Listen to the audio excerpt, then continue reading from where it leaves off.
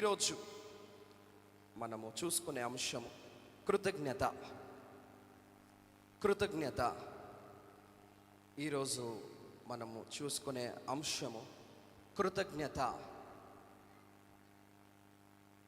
మరి కృతజ్ఞత అనే ఈ యొక్క అంశము ప్రతి జీవితంలో, ప్రతి కుటుంబంలో చాలా ప్రాముఖ్యమైనది.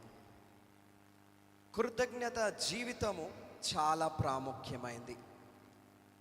ప్రతి కుటుంబంలో, ప్రతి జీవితంలో, సంఘంలో ఉంటున్న ప్రతి వ్యక్తి జీవితంలో ఈ యొక్క కృతజ్ఞత భావము కలిగి మనం ఉండాలి. మరి ముఖ్యంగా దేవుని సన్నిధానంలో, దేవుని ఆలయంలో కృతజ్ఞత జీవితం కలిగి ఉంటే దేవుడు గొప్ప కార్యాలు జరిపిస్తాడు. హల్లెలూయా. నిజమే.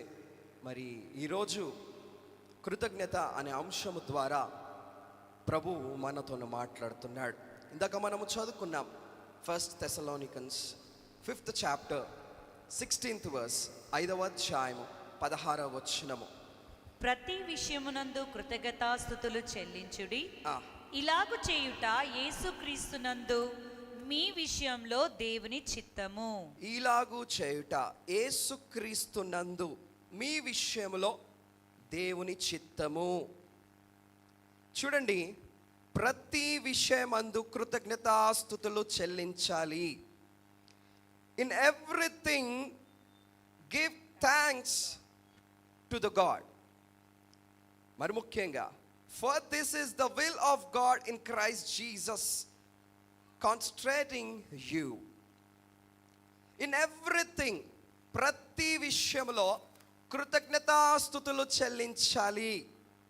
అది మంచే కానీ, చెడే కానీ, అది పెద్దదే కానీ, అది చిన్నదే కానీ, లేదా అది కష్టమైంది కానీ, లేదా క్షేమమైంది కానీ, లేదా క్షేమమైంది కానీ, ప్రతి విషయంలో కృతజ్ఞతాస్తుతులు చెల్లించాలి. యేసుక్రీస్తునందు మీ విషయంలో. చూడండి, పరిశుద్ధాత్మ దేవుడు మాట్లాడుతున్నాడు. అవునండి, యేసుక్రీస్తునందు we need to give thanks to the God. కృతజ్ఞతాస్తుతులు చెల్లించాలి. మరి ముఖ్యంగా ఈ వచనములో మనం ఒక విషయాన్ని మనం గమనిస్తున్నాం. కృతజ్ఞతాస్తుతుల పాటు ఏ విధంగా చెల్లించాలంటే దేవుని చిత్తము. హల్లెలూయా. దేవుని చిత్తము చాలా ప్రాముఖ్యమైంది కదా. దేవుని చిత్తము ఏ విధంగా మనము తెలుసుకుంటాము? చాలా ప్రశ్నలు. నాకు దేవుని చిత్తం ఏ విధంగా నేను తెలుసుకోవాలి అని చాలామంది అడుగుతుంటారు. ఏ విధంగా తెలుసుకోవాలి అని అంటే, చూడండి, కొన్నిసార్లు చాలామంది అడుగుతుంటారు, అన్నా నా వివాహ విషయంలో ప్రార్థన చేయండి, దేవుని చిత్తం ఏ విధంగా తెలుసుకోవాలి కదా. అన్నా నా ఉద్యోగ విషయంలో ప్రార్థన చేయండి, దేవుని చిత్తం ఏ విధంగా తెలుసుకోవాలి. అన్నా నేను ఇల్లు కట్టుకుంటున్నాను, దేవుడు సహాయం చేయాలి, దేవుని చిత్తం కావాలి, ఏ విధంగా తెలుసుకోవాలి కదా. దేవుని చిత్తము చాలా ప్రాముఖ్యమైనది. How to find out the God's will. అవును, కృతజ్ఞతాస్తుతులు చెల్లిస్తున్నారు, దేవుని చిత్తం ఉండాలి కదా. పరిశుద్ధాత్మ దేవుడు మాట్లాడుతున్నాడు. చూడండి, దేవుని చిత్తము మనకు ఉండాలి. అవును, ఏ విధంగా అని అంటే కృతజ్ఞతాస్తుతులు దేవునికి చెల్లించాలి. హల్లెలూయా. అప్పుడే కదా దేవుని చిత్తము, అప్పుడే కదా దేవుడు నడిపిస్తాడు, అప్పుడే కదా దేవుడు నీ కుటుంబాన్ని ఆశీర్వదిస్తాడు. కృతజ్ఞతాస్తుతులు లేకుండా దేవుని చిత్తాన్ని మనము కోరితే ఇట్స్ వేస్ట్. అందుకోసమే దేవుని చిత్తమందు కదా, దేవుని చిత్తము చాలా కంపల్సరీ మన జీవితంలో. Give thanks to God. కృతజ్ఞతాస్తుతులు చెల్లించండి, వందనములు చెల్లించండి దేవునికి. అది చాలా ప్రాముఖ్యమైంది. దేవుని చిత్తం లేకుండా మీరు ఎన్ని మొక్కుబడులు చేసినా, కృతజ్ఞతాస్తుతులు చేసినా అది లాభము లేదు. ప్రతి విషయంలో, అది కష్టమైన, కరువైన, క్షేమమైన, మంచైనా, చెడు అయినా దేవుని చిత్తం ఉండాలి. అది చాలా ప్రాముఖ్యమైంది. చూడండి నా ప్రియ సంగమా, నాకు కొంచెం కోల్డ్ అయింది. కొంచెం నాకు ఒక 2-3 డేస్ బహుశా వాతావరణం చేంజ్ అయిందని నేను కొంచెం అనారోగ్యంగా ఉండే. నేను మాట్లాడుకుంటున్నాం, నేను జమీమా పాస్టమ్మ గారు మాట్లాడుకుంటున్నాం. చూడండి, ఈ యొక్క ఫీవర్ వచ్చిందనంటే, ఈ యొక్క కోల్డ్ వచ్చిందంటే కొంచెం రెస్ట్ దొరికింది అంటే దేవుని చిత్తం ఉన్నది. హల్లెలూయా, దేవుని చిత్తం ఉన్నది. కొంచెం రెస్ట్ దొరికింది. అవునయ్యా, నీ చిత్తం ఉన్నది కాబట్టి నన్ను కాచి కాపాడావు, ఈ యొక్క మంచి ఆరోగ్యాన్ని ఇచ్చావు. దేవుని చిత్తం లేకపోతే, చూడండి దేవుడు అదే మాట్లాడుతున్నాడు. ఇలాగు చేయుట యేసుక్రీస్తునందు మీ విషయంలో దేవుని చిత్తము కదా. ప్రతి విషయమందు కృతజ్ఞతాస్తుతులు చెల్లించాలి. మొట్టమొదటిగా కృతజ్ఞత స్తుతులు చెల్లించాలి. అది దేవుని చిత్తంగా ఉండాలి, దేవుని చిత్తముగా ఉండాలి. రెండవదిగా John 6th chapter 11th verse, యోహాను 6వ అధ్యాయం 11వ వచనం. యేసు ఆ రొట్టెలు పట్టుకొని కృతజ్ఞతాస్తుతులు చెల్లించి కూర్చున్న వారికి వడ్డించెను. అలాగూ చేపలు కూడా వారికి ఇష్టమైనంత మటుకు వడ్డించెను. Praise the lord. ఇక్కడ చాలా చక్కని కథ మనము వింటున్నాం. మనకందరికీ తెలిసిందే, దేవుడు మనకి ఈ యొక్క చక్కని వాక్యము ద్వారా మనతో మాట్లాడుతున్నాడు. ఆ రొట్టెలు అని మెన్షన్ చేశాడు. యవల రొట్టెలు అని నేను అంటాను, ఎందుకంటే హిస్టరీ ప్రకారంగా, చారిత్రకంలో యవల రొట్టెలు అని అంటే, ఈ యొక్క రొట్టెలు యేసుక్రీస్తు ప్రభుల వారు పట్టుకొని కృతజ్ఞతాస్తుతులు చెల్లిస్తున్నాడు. మరి ముఖ్యంగా పాత నిబంధన గ్రంథంలో ఈ యొక్క రొట్టెలను మనం చూసినట్లయితే, సొలొమోను రాజు గారు పరిపాలన చేసేటప్పుడు ఈ యొక్క యవల రొట్టెలు ఏం చేసేవాడంటే, గుర్రాలకు, గాడిదలకు, జంతువులకు వేసేవాడు ఈ యొక్క యవల రొట్టెలు. చూడండి, ఆ పేదవాడు, ఆ చిన్న కుమారుడు కదా, పేదవాడు, ఆ చిన్న కుమారుడు మరి ఇక్కడ రొట్టెలను పట్టుకున్నాడు, చేపలను పట్టుకున్నాడండి. వాళ్ళ అమ్మగారు, యేసుక్రీస్తు ప్రభుల వారు వస్తున్నాడు నాన్న, ఒక గొప్ప పెద్ద మీటింగ్ జరుగుతుంది, రివైవల్ మీటింగ్ జరుగుతుంది, కాబట్టి నువ్వు వెళ్ళు, నీకు ఒక టిఫిన్ బాక్స్ కట్టిస్తాను, నువ్వు బయలుదేరు కదా. అందులో రొట్టెలు ఉన్నాయి, 2 చిన్న చేపలు ఉన్నాయి. అందులో రొట్టెలు ఉన్నాయి, చిన్న చేపలు కూడా ఉన్నాయి. చాలామంది ఉన్నారు, చాలా జనం ఉన్నది. అందులో వెళ్ళి ఈ యొక్క చిన్న బాలుడు కూర్చున్నాడు.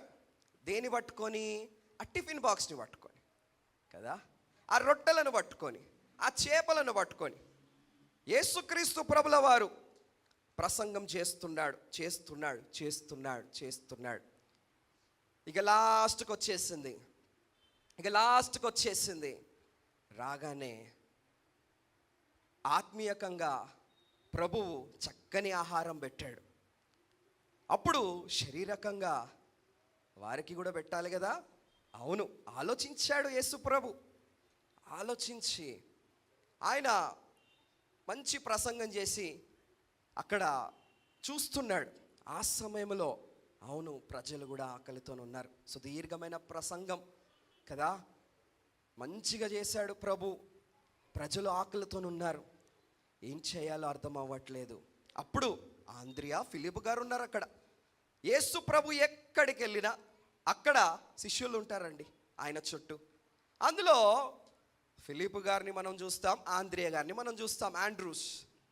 ఆ సమయంలో అప్పుడు అయ్యో, ఇంతమంది జనాలు ఉన్నారు, ఇంతమంది పబ్లిక్ ఉన్నారు కదా, వీరికి భోజనం ఏ విధంగా పెట్టాలి అని ఆలోచించే సమయానికి ఈ యొక్క ఫిలిప్ ఏం చేస్తున్నాడంటే, అవును ఇంతమంది ఉన్నారు, అప్పుడు వారికి ఒక చిన్న కుమారుడు కనిపిస్తాడు, పేదవాడు. ఆయన టిఫిన్ బాక్స్లో ఏమున్నాయండి? రొట్టెలు, చేపలు. అవును, ఫిష్ అండ్ బ్రెడ్. అప్పుడు ఆ చేపలను వీళ్ళు చూస్తారు, ఆ టిఫిన్ బాక్స్ని. ఈ ఫిలిప్ గారు ఏం చేస్తాడంటే, ఈయన మ్యాథ్స్ టీచర్, ఇమ్మీడియట్గా క్యాల్కులేట్ చేసేస్తాడు. అరే 5,000 మంది ఉన్నారు, 5,000 మంది ఉన్నారు, ఈ టిఫిన్ బాక్స్ సరిపోతుందా? సరిపోదు. ఎందుకంటే ఆయన మ్యాథ్స్ టీచర్ కదా, ఆయన మ్యాథ్స్ టీచర్, లెక్కల మాస్టర్. కాబట్టి ఫిలిప్ గారు ఏం చేస్తారంటే, ఇంత పెట్టినా కూడా సరిపోదు. పాపం వాళ్ళ అమ్మగారు ఈ చిన్న బాలునికి తీసుకొచ్చింది, ఎట్లా అని ఆలోచిస్తుంటాడు. అప్పుడు ఆంద్రే కూడా ఉంటాడు, ఆండ్రూ. పాపం ఆయనకి ఏం రాదు. అక్కడ ఇంతమంది ఉన్నారని కూడా తెలియదు, చూస్తున్నాడు ఇంత జనం ఉన్నారు. అయ్యో, ఈ యొక్క ఫిలిప్ ఏమో మంచిగా చెప్పేశాడు, ఇప్పుడు మరి ఇది ఏమో చేతిలో పట్టుకొని ఉన్నాను, ఇదేం చేయాలని చూసి ఇమ్మీడియట్గా జీసస్ చేతిలో పెట్టేస్తారు. చూడండి నా ప్రియ సంగమా, పెట్టగానే ప్రభువు చూస్తున్నాడు. అప్పుడు ఆయన ప్రార్థన చేస్తున్నాడు. హల్లెలూయా. పట్టుకొని కృతజ్ఞతాస్తుతులు చెల్లించి, హల్లెలూయా, ఆ రొట్టెలను, ఆ చేపలను ఆయన పట్టుకొని కృతజ్ఞతాస్తుతులు చెల్లిస్తున్నాడు. అప్పుడు చెల్లించి ఆయన ప్రార్థన చేసి, ఇక పంచండి వెళ్ళండి అని అంటాడు. అక్కడ పెట్టేస్తాడు. చూడండి నా ప్రియ సంగమా, దేవుడు చేసిన అద్భుత కార్యము తృప్తిగా వాళ్ళు భుజిస్తారు. హల్లెలూయా. తృప్తిగా వాళ్ళు భుజిస్తారు,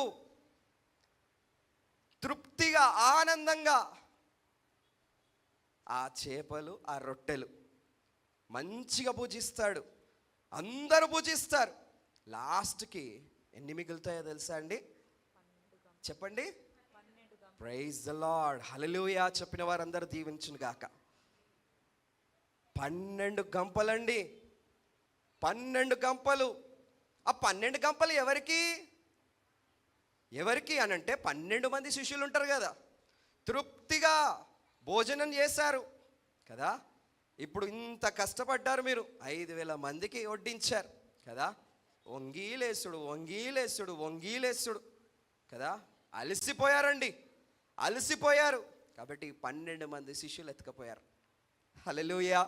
అంతగా దేవుడు ఆశీర్వదించాడు, తృప్తిగా ఆశీర్వదించాడు, సమృద్ధిగా ఆశీర్వదించాడు. మరి ముఖ్యంగా 12 గంపలు ఇంకా మిగిలినాయి. అంటే ప్రభు కృతజ్ఞతాస్తుతులు చెల్లిస్తే it will increase, it won't decrease. Hallelujah. అందుకోసమే కృతజ్ఞతలో అద్భుతము.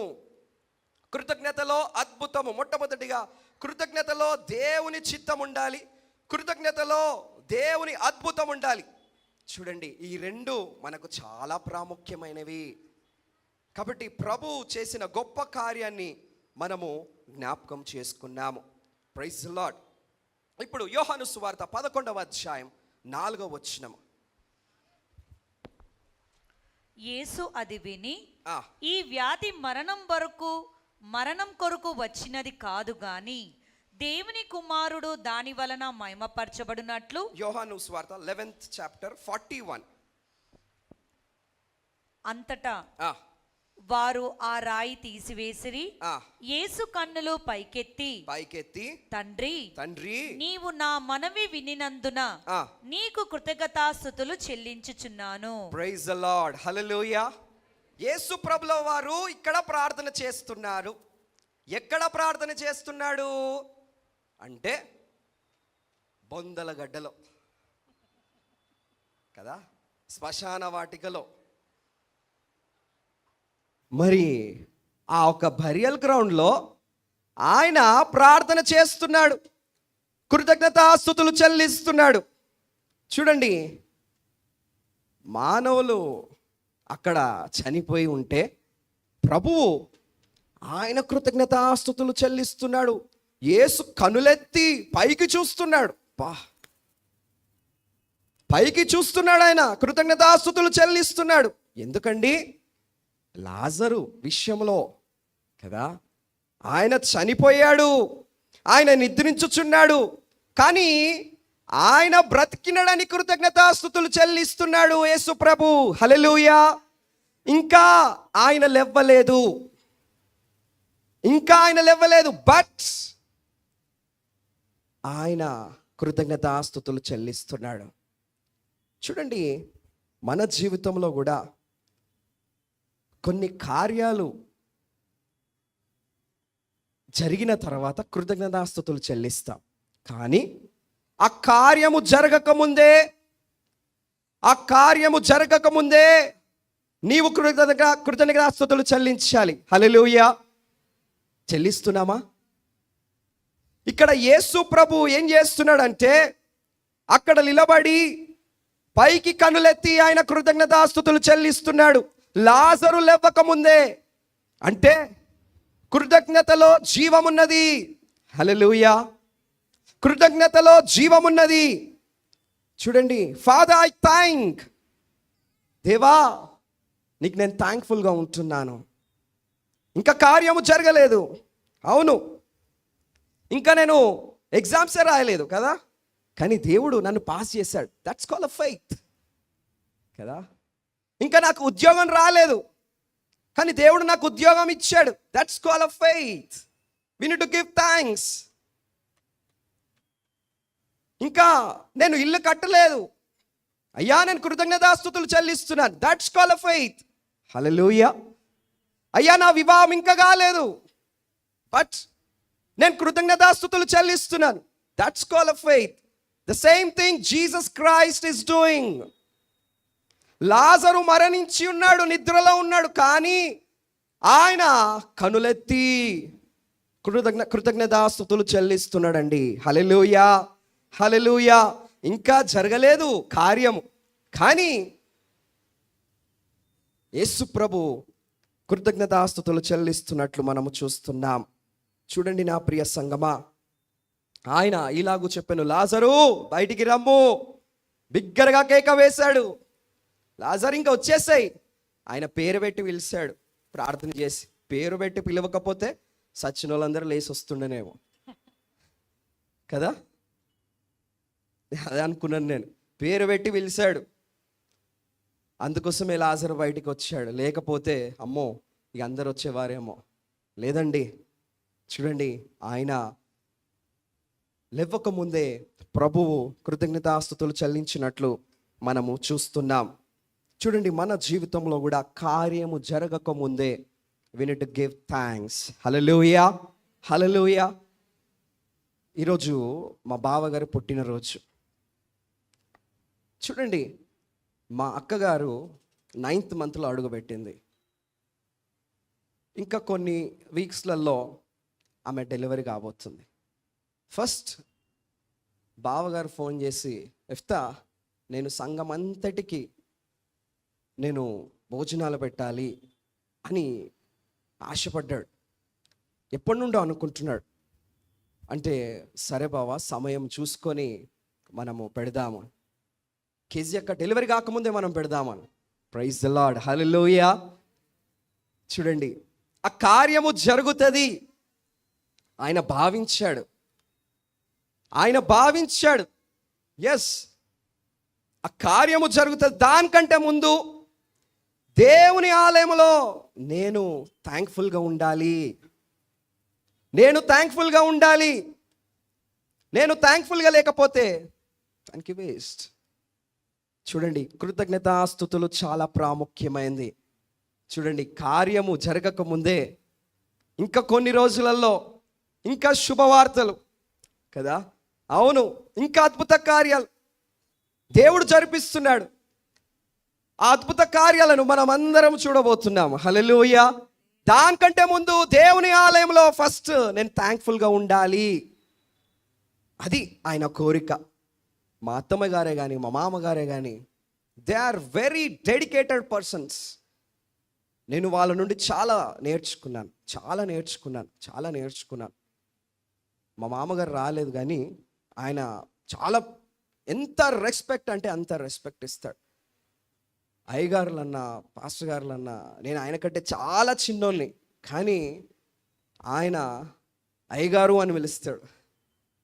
ఐ ఫీల్ మామ మీరు నన్ను ఎఫ్తా అని పిలవండి. లేదు నువ్వు దేవుని సేవకునివి, నువ్వు సంఘ కాపరువి, నువ్వు ఆలయాన్ని నడిపిస్తున్నావు. చూడండి, దేవుడు అందుకోసమే ఆ బ్లెస్సింగ్, ఆశీర్వాదము అది ఇంక్రీజ్ అవుతుంది.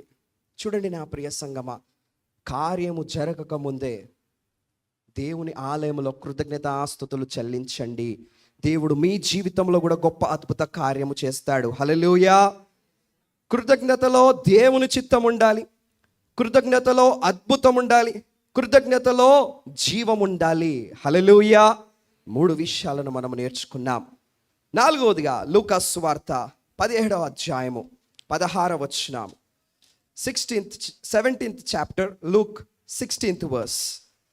గొప్ప శబ్దముతో దేవుని మహిమపరచుచు తిరిగి వచ్చి ఆయనకు కృతజ్ఞతాస్తుతులు చెల్లించుచు ఆయన పాదముల యొద్ద సాగిలపడెను.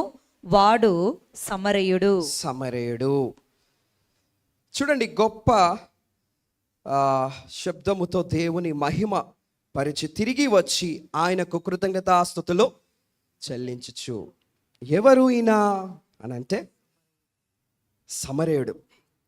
ఈ యొక్క కథ కూడా అందరికీ తెలుసు. చూడండి, 10 మంది కుష్ఠరోగులు ఉన్నారు.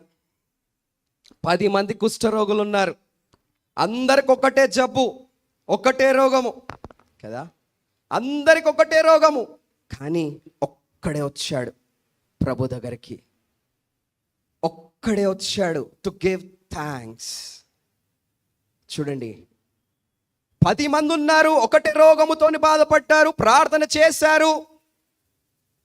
చేశారు, దేవుని వేడుకున్నారు.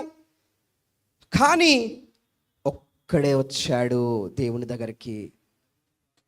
చూడండి నా ప్రియ సంగమా, 9 మంది ఎటు వెళ్ళిపోయారు? 9 మంది ఎటు వెళ్ళిపోయారు? వాళ్ళు కూడా బాగా అయిపోయారు, మంచిగా అయిపోయారు, స్వస్థత పొందుకున్నారు. అకార్డింగ్ టు ద బైబిల్ ఆలయానికి కూడా ఒక్కడే వస్తాడు. గుర్తుపెట్టుకోండి, 10 మంది మేలులు పొందుకొని వెళ్ళిపోతారు. ఆ కృతజ్ఞత జీవితము కలిగిన ఉన్న వ్యక్తి ఒక్కడే వస్తాడు. బాగైపోతారు, నేర్చుకుంటారు, వెళ్ళిపోతారు. కానీ ఒక్కడే వస్తాడు కృతజ్ఞత భావము కలిగి. ప్రభు దగ్గరికి 10 మంది వచ్చారు, కుష్ఠరోగులు, బాధపడ్డారు కదా, బాగైపోయారు, బాధపడ్డారు, అయ్యో అన్నారు, అయ్యా అన్నారు, మంచిగా అయిపోయారు, వెళ్ళిపోయారు. కానీ దాన్ని జ్ఞాపకం పెట్టుకొని ఆ ఒక్కడు వచ్చి ఆయన పాదాల చెంత సాగిలపడ్డాడు. హల్లెలూయా. ఆ ఒక్కడిలో నీ ఉన్నావా? ఈరోజు ప్రశ్న, ప్రార్థన వీరుల సంఘంలో కూడా ఇంతమంది ఉన్నారు. ఈ 100 మందిలో నాకు తెలిసి 10 మందే వస్తారేమో కృతజ్ఞతాస్తుతులు చెల్లించడానికి. According to the Bible, yes, it will happen. అది జరుగుతుంది కూడా. అవునండి. కాబట్టి ఇక్కడ కూర్చున్న వారు కూడా గమనించాలి, జ్ఞాపకం పెట్టుకోవాలి, ఆ ఒక్కడిలో నేనున్నానా? ఆయన పాదాల చెంత సాగిలపడ్డాడండి, వేడుకుంటున్నాడు. అవును, ఆయన సమరయుడు కదా, ఆయన సమరయుడు. చూడండి, తిరిగి వచ్చి ఆయనకు కృతజ్ఞతాస్తుతులు చెల్లిస్తున్నాడు. ఆయన పాదాల యొద్ద సాగిలపడ్డాడండి.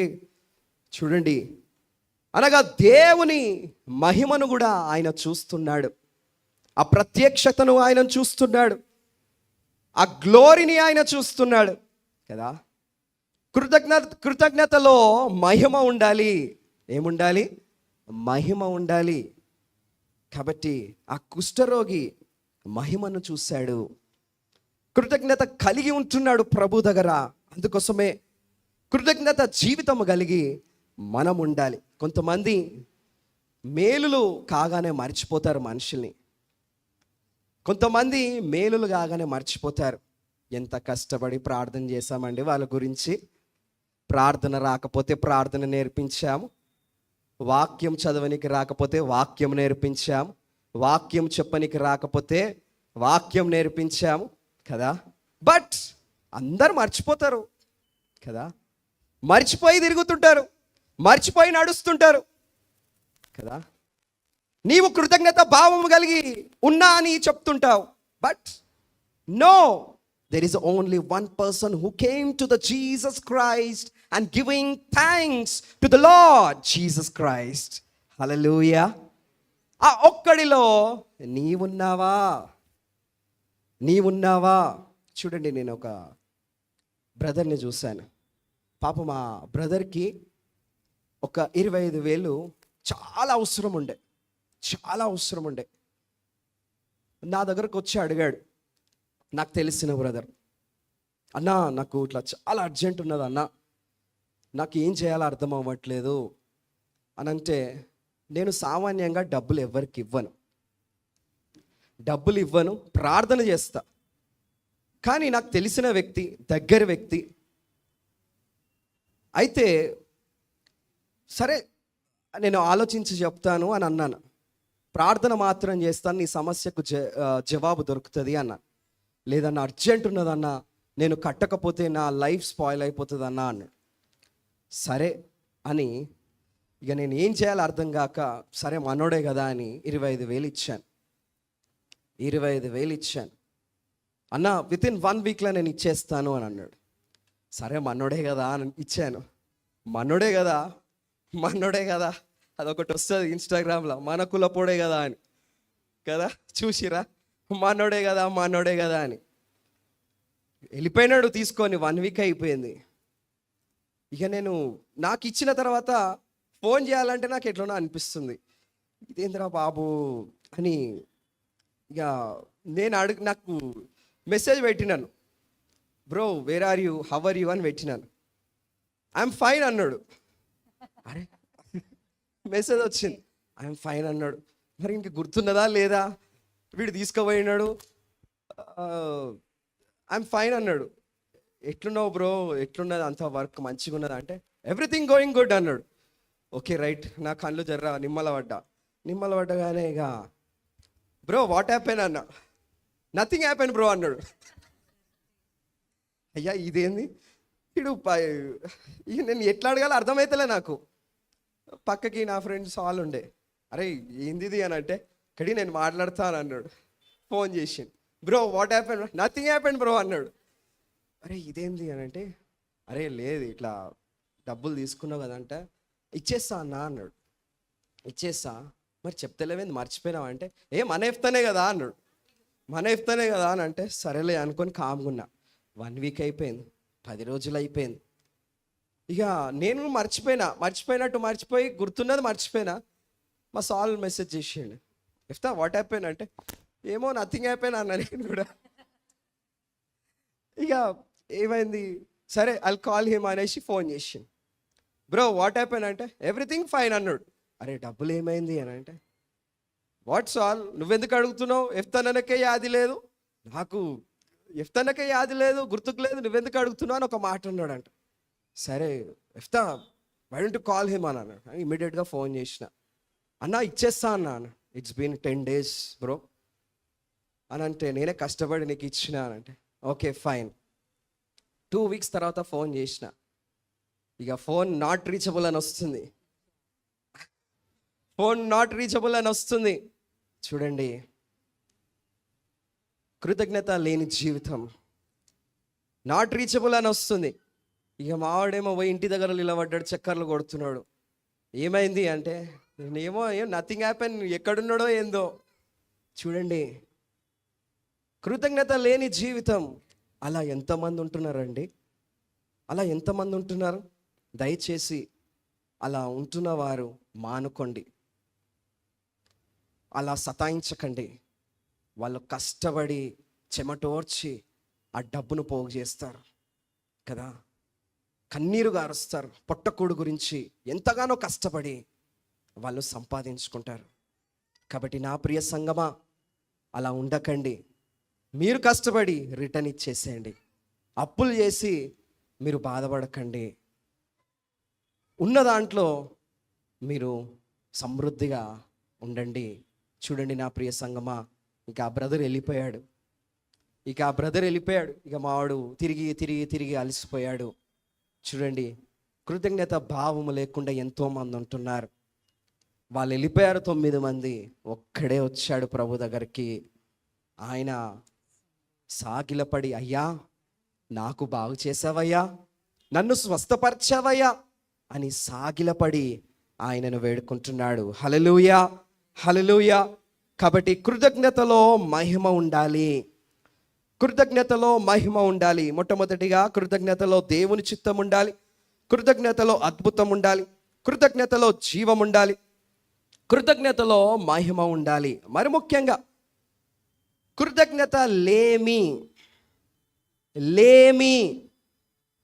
అంటే కృతజ్ఞత లేకుండా, కృతజ్ఞత లేమి కూడా పరిశుద్ధ గ్రంథంలో ఉంటున్నారు, లోకంలో కూడా ఉంటున్నారు. చూడండి, హెజకియా జీవితంలో మనము గమనించినట్లయితే, హెజకియా జీవితంలో దేవుడు ఆయన మరణ పడకలో ఉన్నప్పుడు అయ్యా అని ఏడుస్తాడు. గోడ వైపు ముఖం పెట్టి, యెరూషలేము వైపు ముఖం పెట్టి కన్నీరుగా ఏడుస్తాడు కదా. 15 years ఆ కన్నీరును చూసి, ఆ బాధను చూసి 15 సంవత్సరాలు దేవుడు ఆయన లైఫ్ స్పాన్ని ఇంక్రీజ్ చేస్తాడు కదా, 15 years.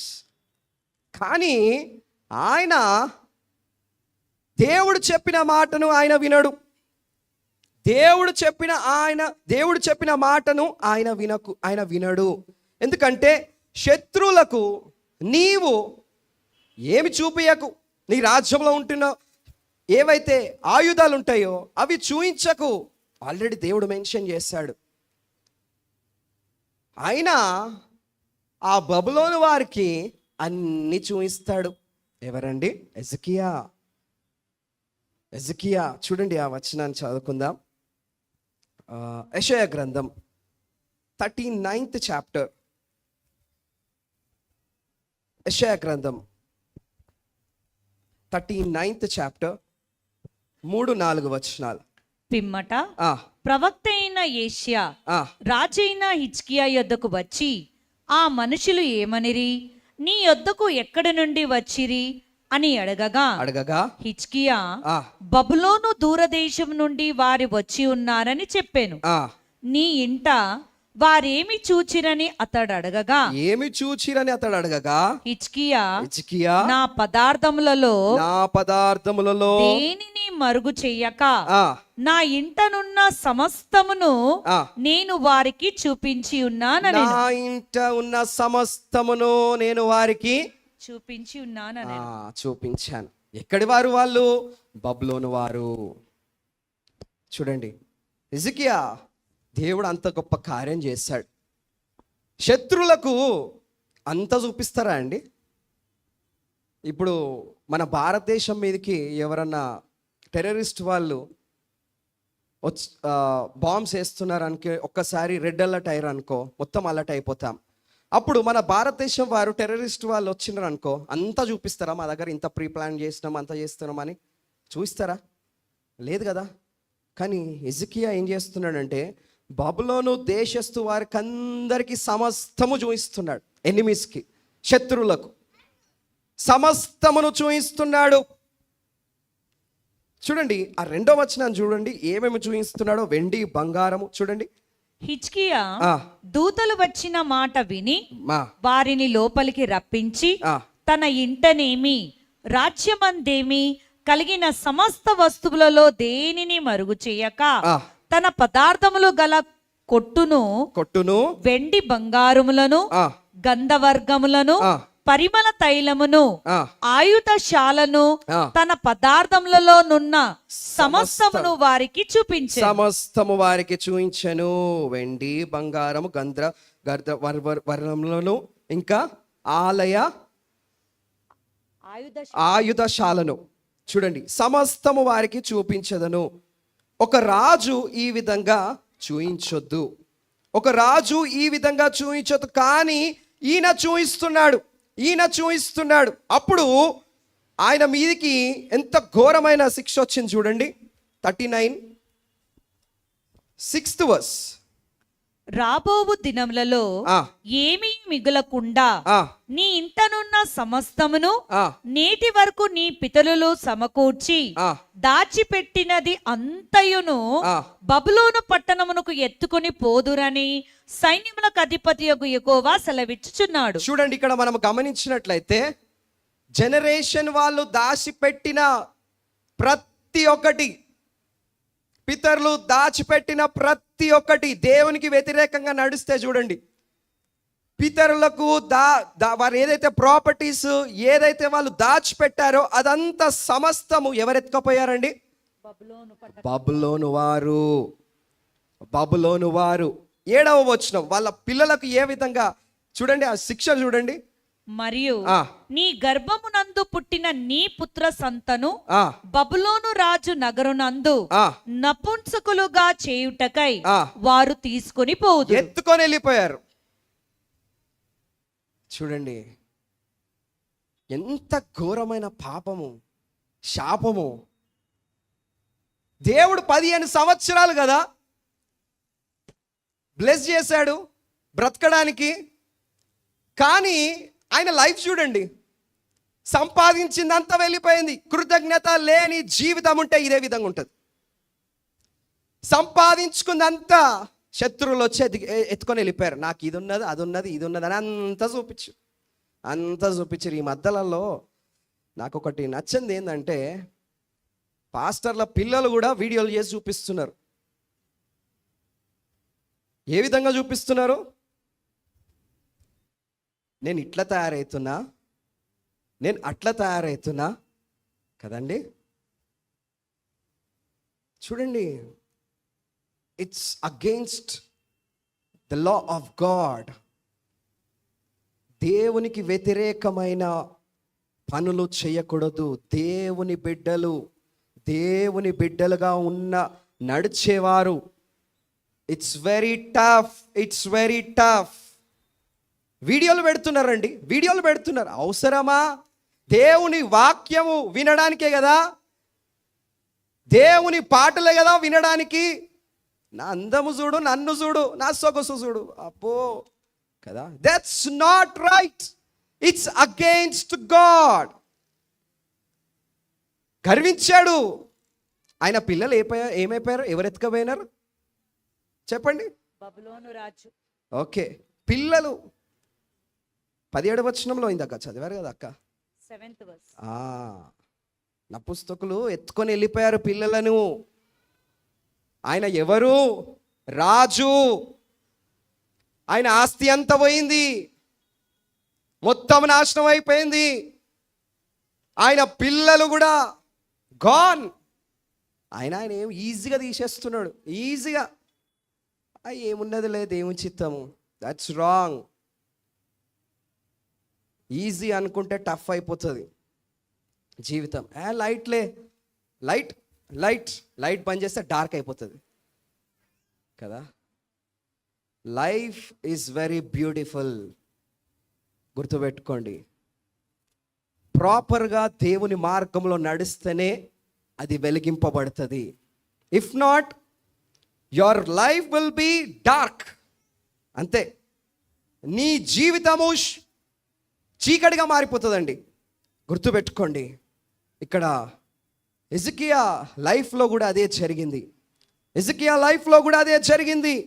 ఎంత భయంకరం అండి, ఎంత భయంకరము.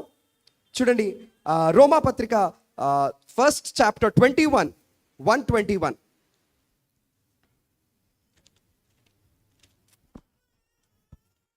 మరియు వారు దేవుని నెరుగుయు ఆయనను దేవునిగా మహిమపరచలేదు, ఆ, కృతజ్ఞతాస్తుతులు చెల్లింపను లేదు గాని లేదు గాని తమ వాదముల యందు వ్యర్థులైరి. వ్యర్థులైరి. ఫూలిష్ హార్ట్ వాస్ డార్క్నెస్ కదా, వ్యర్థులు. అవునండి, వ్యర్థులై ఉండిరి, డార్క్నెస్గా ఉంటున్నారు, కృతజ్ఞత లేని జీవితం, ఫూలిష్గా ఉంటున్నారు. పాపము హెజ్కియా జీవితము కూడా అట్లనే మారిపోయింది. హెజ్కియా జీవితం కూడా అట్లనే మారిపోయింది. కాబట్టి నా ప్రియ సంగమా, ఈ సమయంలో పరిశుద్ధాత్మ దేవుడు మీతోనే మాట్లాడుతున్నాడు. అందుకోసమే కొలెషియన్స్ 3rd chapter 15th verse కృతజ్ఞతలై ఉండిరి కదా. మన ఇంటికి విజిటింగ్ పోతే ఆ సిస్టర్ పెట్టుకుంది, చాలా చక్కగా అనిపించింది. బి యో థ్యాంక్ఫుల్. చాలా ఒక్క వచనమే. అవును, మనం కృతజ్ఞతలు కలిగి ఉండాలి. అప్పుడే మన జనరేషన్ కంటిన్యూగా బ్లెస్ అవుతుంది. మన జనరేషన్ కంటిన్యూగా బ్లెస్ అవుతుంది. అందుకోసమే కృతజ్ఞతలో దేవుని చిత్తం ఉండాలి, కృతజ్ఞతలో అద్భుతం ఉండాలి, కృతజ్ఞతలో జీవం ఉండాలి, కృతజ్ఞతలో మహిమ ఉండాలి. చూడండి, ఇవి మనము పాటిస్తే దేవుడు మనల్ని ఆశీర్వదిస్తాడు, దేవుడు మనను దీవిస్తాడు. కాబట్టి నా ప్రియ సంగమా, ఇంకా ఇంకా ఇంకా మనము కృతజ్ఞత భావము లేకుండా మనము నడిస్తే, జీవిస్తే, ఈరోజు పరిశుద్ధాత్మ దేవుడు మనతోని మాట్లాడుతున్నాడు, మనతోని మన హృదయముతోని మాట్లాడుతున్నాడు. మనమందరము కూడా కృతజ్ఞత భావము కలిగి ఉండాలని కోరుతున్నాను. Praise the lord. దేవుడి కొద్ది మాటలు దీవించి ఆశీర్వదించును గాక. Praise the lord.